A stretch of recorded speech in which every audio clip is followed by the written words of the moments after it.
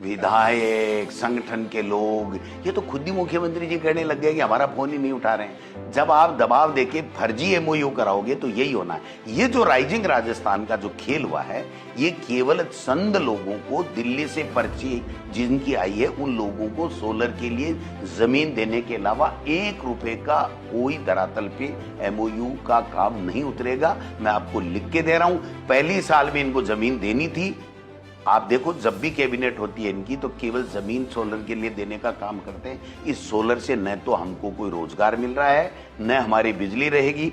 आप देखना कि जो सोलर लेकर के ये लोग बाग जाएंगे और जितनी किसानों की जमीन से चीर करके बड़ी बड़ी लाइनें लेके जाएंगे, कितना बड़ा नुकसान होगा आप बताइए। उनको कोई मुआवजा 30% देने की डीएलसी की बात कर रहे हैं, लेकिन आज वैल्यू क्या है। तो जितना ये इन्वेस्टमेंट लाने की बात कर रहे हैं उससे 10 गुना तो किसानों का उस लाइनों से हो जाएगा। आप बताइए, गुजरात अगर यहां से लाइन जाएगी जैसलमेर से, तो आप समझ सकते हो कि पूरे किसानों की जमीन बर्बाद हो गई। और मिला क्या? बिजली चली गई।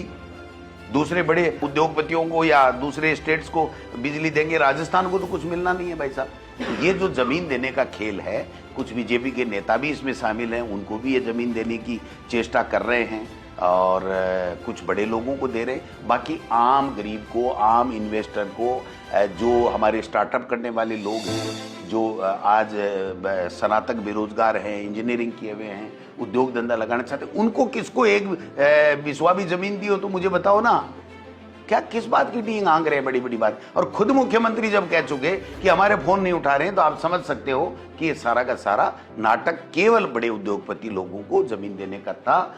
जो काम कर रहे हैं इसका हम विरोध करेंगे, सड़क और सदन दोनों का विरोध करेंगे।